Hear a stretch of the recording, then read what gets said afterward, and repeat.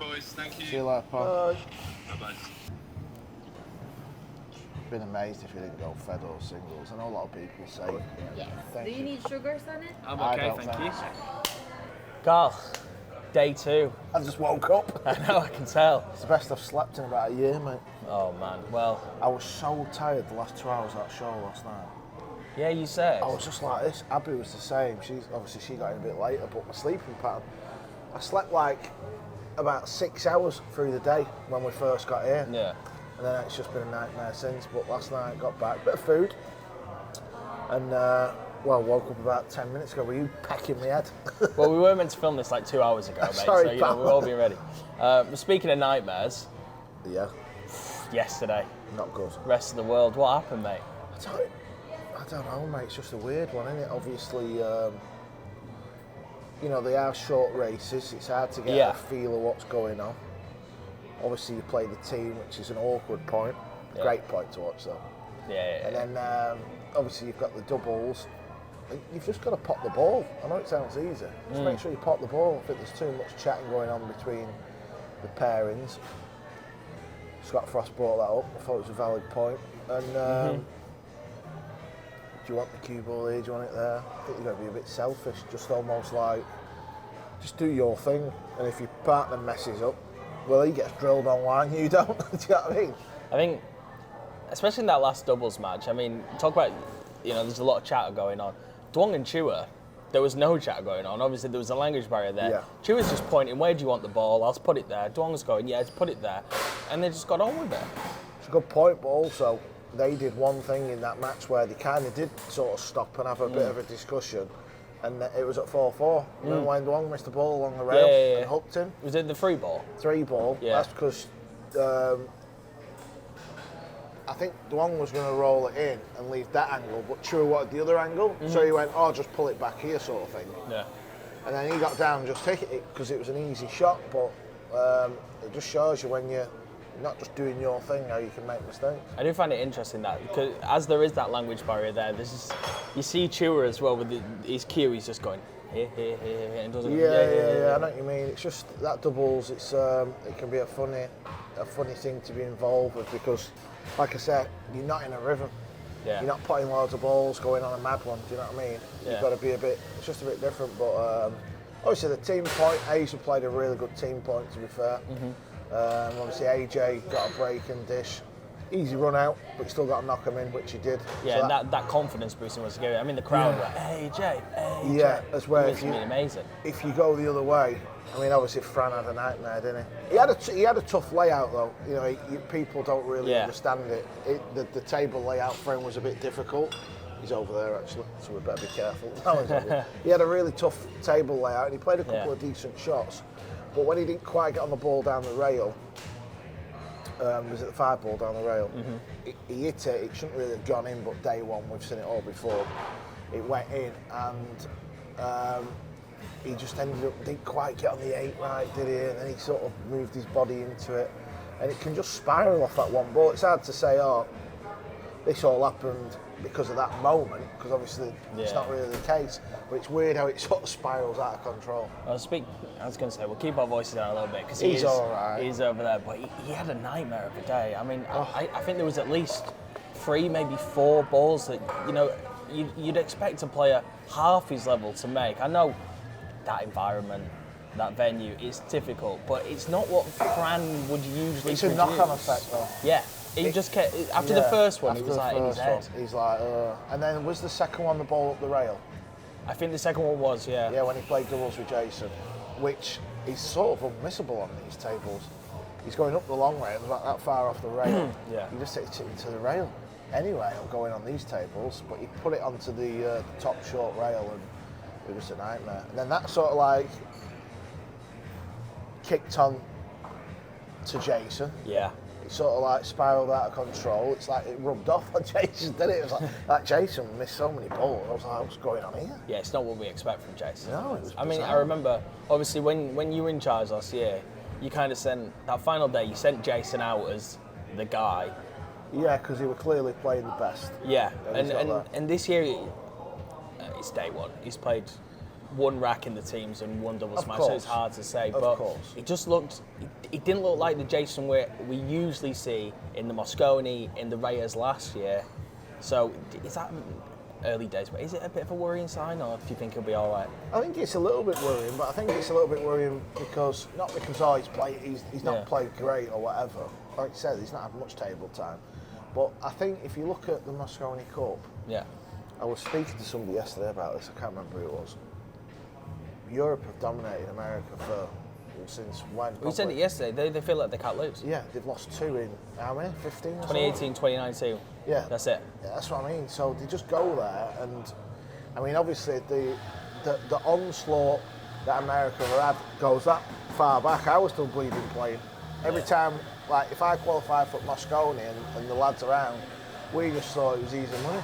We just thought we can't lose, and that's because the strength in depth for America, they never really had it.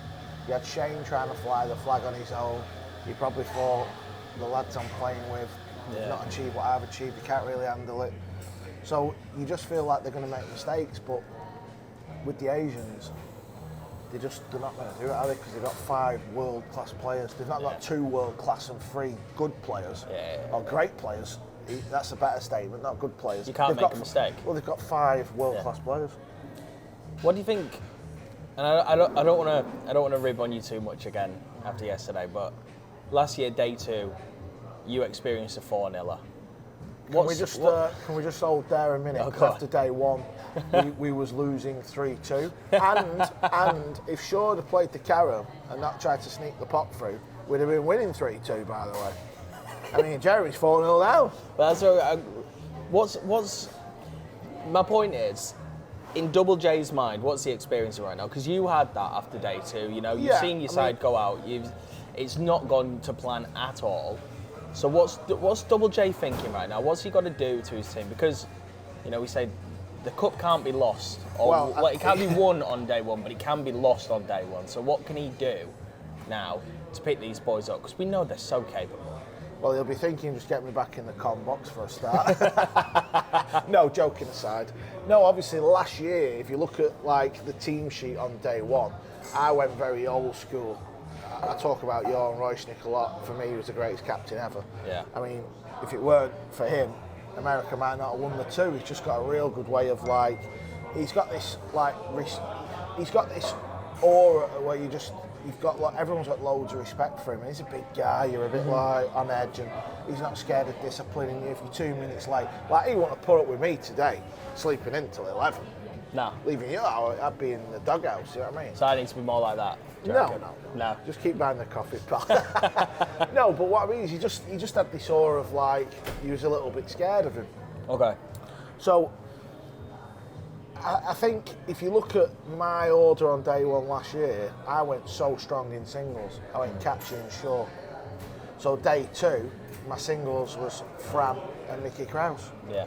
Fran struggles in team events, still not played loads. Mickey was a rookie. Yeah.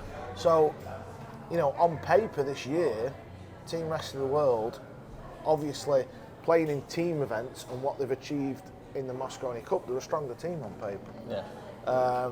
Obviously, we only played 1 singles point.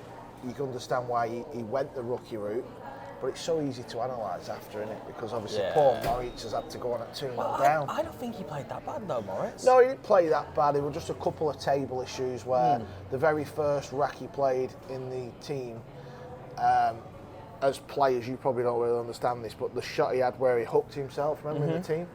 He had a small little angle, and because the table's so responsive, you've got to almost time it a little bit softer, and he was scared of it fizzing all the way back. And because of that, he pulled out the shot and the white stopped dead. But it'd have almost been better overdrawing it. And then in some ways it's easy to accept because he's come all the way up in, he's no shot on the ball. So he might play safe, he could maybe play it in the side. But because he's just stopped dead and he hooked himself, everyone's thinking, terrible shot, he's rubbish, he's this. But it's not, it's the equipment, it just wants to fly back. And unless you play or you've played in that environment, it's hard for you to really understand. Obviously, he had a nightmare in the singles match. A couple of shots went wrong. But, like I say, he's a rookie. He's going out there. You're 2-0 down. It's not easy. I think the biggest shining light, I think, for the rest of the world yesterday was the world number 1. Federer played well. And it's You said yesterday, you're really hoping that this week we see the Fedor that, we've come to expect so much in all these sort of individual events. He performed quite well. Obviously, I think, that last doubles match, they got it down to Hill. It could have gone either way. Nightmare. But well, it's not that, obviously, you think about it, we only played 4 points now. Yeah. Well, people have been screaming at that for a while as well. So 4 points. They're on last. They're down 4-2, right? Yeah. Obviously not looking good. But race to 5, we've seen it so many times. You can just turn it around. 4-4. They've got the break. They were having a bit of a laugh and a giggle, which some people say they don't really like that. They prefer the serious thing. But I don't mind it because I think that's just a way of them expressing their nerves. Yeah. In that environment, I'd be more like that than as opposed to just sat there all serious. They break off, great break. Fedor was the best breaker yesterday, bar none. He broke the balls, lovely. They got a chance, an easy chance and all. Yeah. A lot of talking on the 2-ball, blah, misses the 2-ball. Yeah. It was like just such a, you'd pay big money for a split like that, 4-4. Misses the 2-ball, doesn't hit it how he wants. Obviously, Chua played an unbelievable shot to get from the 2-ball to the 3-ball. And then obviously we were talking about in doubles that communication where Asia don't really have it. But if you look back at that shot, what Duong missed down the rail with the 3-ball, Chua kind of stepped in and said, "Oh, bring it back here," and you just lose that little. It's no real excuse because obviously you can stand back up and just regroup. Yeah. And he missed it. Fedor was in a nightmare spot. But just a massive point because all of a sudden you've nicked the last one. It's 3-1. It's 3-1. You go to bed. You can win the team point. 3-2. Just massive. Well, we have got the lineup for today, and as we kind of expected, JJ's gone heavy on Fedor. Yeah, I mean, over the years, the last few years, you would think Shaw would be that man, but I think it's a smart move. I think he's realised Shaw's not quite at the races. Listen, Jason can forget about it and go out there and play unbelievable, of course he can, but I'm no surprised to see Fedor playing first singles against AJ. I mean, AJ, yesterday... It's a big move as well, isn't it? It's a big move from Busty. I mean, Busty's been so high on AJ because obviously he picked him for a start. In the press conference, he said he's a future world champion. Yes, he is. Yesterday he went out and he kind of like, we're saying it's a bit of a different move, though. We're saying it's a big move, yeah. But again, that's the old man that I am, thinking old school. Yeah. Obviously, he's played his day one. He's obviously playing good. But when you look at the other lads in the team, really, I mean, Yap's it's not the Yap we know. He's not really with it. And then Duong, obviously, does Buster really know the level of Duong? Maybe not. So actually, other than Chua, who's the other singles? Duong and Skylar. Yeah. So actually, when you think about it, it's actually not a stupid move, is it? Yeah. Because obviously, you're thinking Yap, but he's not quite with it. He flew in late and all, Yap. He didn't get it till the night before. He went back to Singapore for whatever reason, and obviously, his matches yesterday didn't look comfortable to me.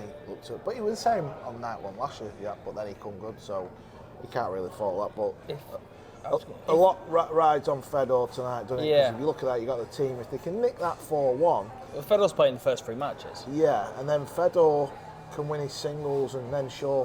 Listen, you just don't know. It's not over by any stretch, but that last point last night, because they had the chance as well.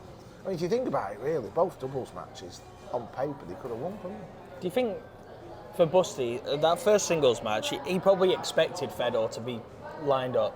He's thrown AJ out there. Yep. Is it a bit of a free hit?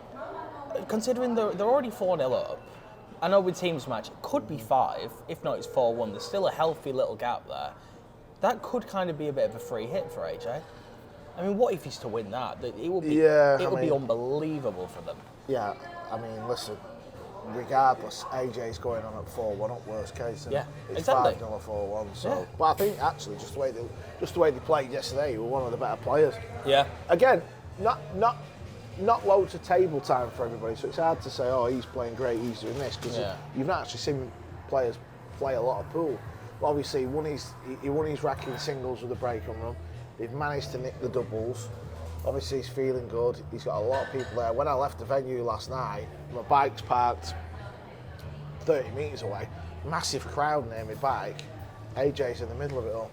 Mate, I spoke to him afterwards and we did an interview. The most nervous I've seen that boy all week is asking him for an interview. He'd rather play in front of thousands of people than have a 2-minute chat with me. That's it. Like, he's got no fear on the table, and no, I think he's 18, isn't he? Like, know, why would you have any fear? But not only that, what you got to remember is he's been around the pool scene in the Philippines probably most of his life. Yeah. Playing in like probably some of the frigging what we would think the shadiest venues you've ever seen. Playing for money. And have you actually watched any of the challenge games when these Filipinos play? It's not all like high-end razzmatazz. In a respectful crowd. I mean, there's chickens flying across the room. Everyone's stood there. It's just a different environment. They play outside a lot as well. I imagine playing outside. I remember driving past last year, and we were driving. Obviously, hotel were a bit further away, so we drove through Manila, and there was a pool table in the middle of the street. We're there, like, what is this? And like, this is what pool's like over here. Yeah, it's what these lads grow up on. It's crazy. What was funny actually, just going off subject to a degree. When Yap flew in from Singapore that night, they all went to a pool hall. They were playing challenge matches. They were streaming matches and stuff online. And Yap lost 13-10, I want to say. Yeah. Might be wrong the scoreline, but it was a decent enough race. Granted, he'd just flown in as well. Yeah. Got beat by some Filipino I've never even heard of. I was cracking up. That is the Philippines. I think we'll see that. That is the Philippines. Just looking ahead to next week, Philippines Open. Oh, I think there's going to be so much talent that we've never even heard of. And obviously, you'll be in the comms box. I think you'll be seeing some crazy results. Seen it. I've been coming here since 2007. I've played at World Championships here. I've played in a World Cup of pool in the Philippines. I've played in Manny Pacquiao's tournament, which was in a mall. There's so many Filipinos. You come to your table. That's the first time I met Raga. Really? In Manny Pacquiao temple, yeah. We played each other. Had you heard of him before? No. And then you saw him play and you're like, oh wow. Well, I'd heard about a young money player. Yeah. A bit like an AJ now, and that, is it Suso? I keep seeing it, JB Soup. Yeah, I keep seeing his name. Yeah, it was a bit like that. So, but the strength in depth in the Philippines is just freaking scary, it really is. I think it's so good. Going back to the doubles, I think one thing that I am really, really looking forward to is seeing that dynamic between Jason and Fedor. Obviously, they've never played together before. No. And over the past couple of years, they've played in the same team, though. Yeah. Oh, Team Europe. Of course. Yeah. When he played in his only Moscow for Europe. Of course. But he was a little shy boy back then, so he's a bit of a different character now. He's a bit of a different player now as well. He's a bit of a different player. But listen, they're not playing till the third match, so there's 2 points before them. So if they can be going on at 4-2, that'd be interesting. Yeah. The likelihood is we might say he's going to be going on at 5-1. There's still big points. There's still a lot to play for. I know it all looks doom and gloom. Yeah. But it's not over yet. I just think there's such an interesting dynamic between them two, on the table and off it. They've had massive matches. I remember Hanoi. Yeah. I think was it quarterfinal 2023 when Jay won it. Obviously, Fedor conceded right at the end. He had like 3 balls left and conceded. Then they've played each other again in the Masters. Do you remember the Masters? That's just my accent.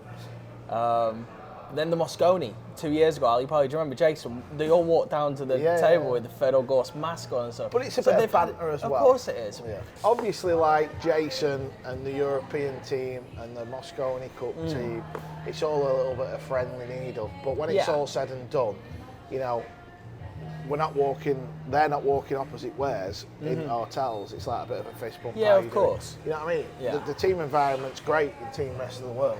Maybe that's the problem. Maybe we need some needle in Team Rest of the World. Throw you in there, try to spice it up. I'm alright. I was a phenomenal team player. Were you? Yeah, phenomenal. Just like Jason.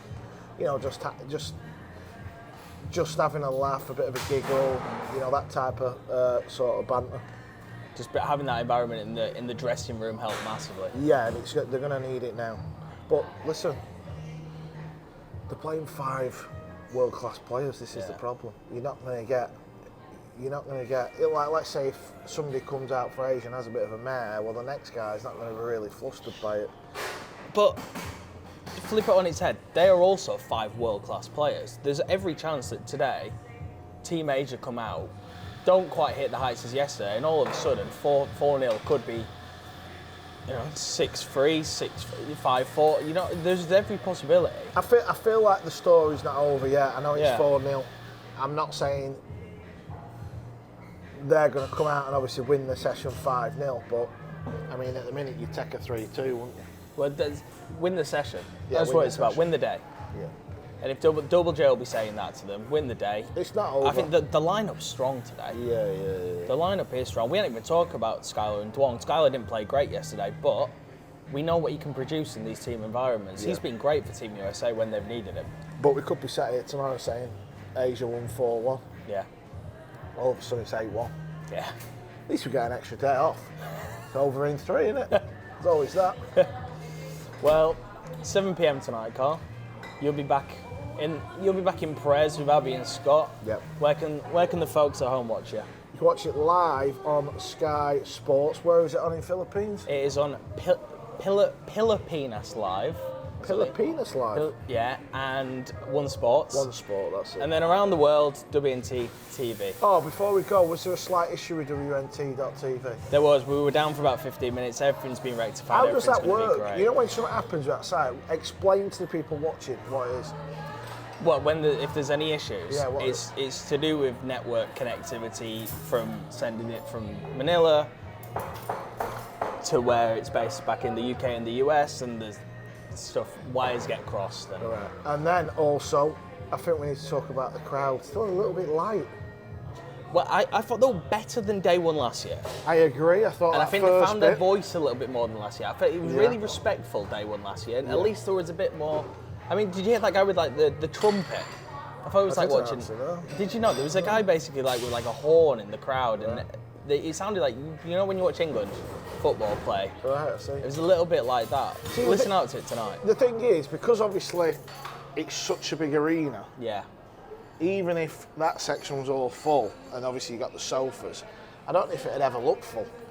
Yeah. Just the way it's set up. Do you get what I mean? I know what you mean. Yeah. But it's tough. It's tough. But I do think it was stronger than last year. The crowds, as we saw last year, picked up day by day. We expect them to pick up day by day again today, and I think we're in for a really strong finish to the week. Well, let's hope Team Row. Team Row. You like that one? Happen. Team Row. Team Row. Team Row. Can they bring it back? Find out tonight at 7 p.m. See you there.